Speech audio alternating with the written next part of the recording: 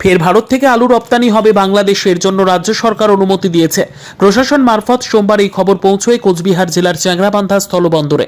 এতে অনেকেই মনে করছেন পুনরায় বাংলাদেশে আলু রপ্তানির যথেষ্ট সম্ভাবনা তৈরি হলো। সবকিছু ঠিকঠাক থাকলে ব্যবসায়ীরা আলু রপ্তানি করতে আবারও আগ্রহ দেখাবেন। ব্যবসায়ী সূত্রে জানা গিয়েছে, চ্যাংরাবান্ধা স্থলবন্দর দিয়ে গত বছরেও বাংলাদেশে আলু রপ্তানি হয়েছে।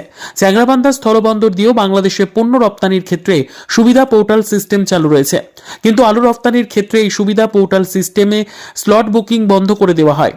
এতে আলু রপ্তানি বন্ধ হয়ে থাকে। আলু রপ্তানির জন্য এই সুবিধা পোর্টাল সিস্টেমে ফের স্লট বুক করা যাবে বলে প্রশাসনের তরফে বার্তা পৌঁছয়। চ্যাংরাবান্ধা এক্সপোর্টার্স অ্যাসোসিয়েশনের সভাপতি মনোজ কানু বলেন, ফের সুবিধা পোর্টালে আলুর স্লট বুক করা যাবে। সোমবারে এই খবর জানতে পেরেছি। সংগঠনের সম্পাদক উত্তম সরকার জানান, ফের আলু রপ্তানির সম্ভাবনা তৈরি হয়েছে। বাণিজ্য বাড়লে অবশ্যই সেটা ভালো খবর। বাংলাদেশে আলু রপ্তানি হলে আলুর দামও বৃদ্ধি পাবার সম্ভাবনা রয়েছে। এতে এই সীমান্ত এলাকার আলু চাষিরাও লাভবান হবেন বলে অনেকেই আশা প্রকাশ করছেন।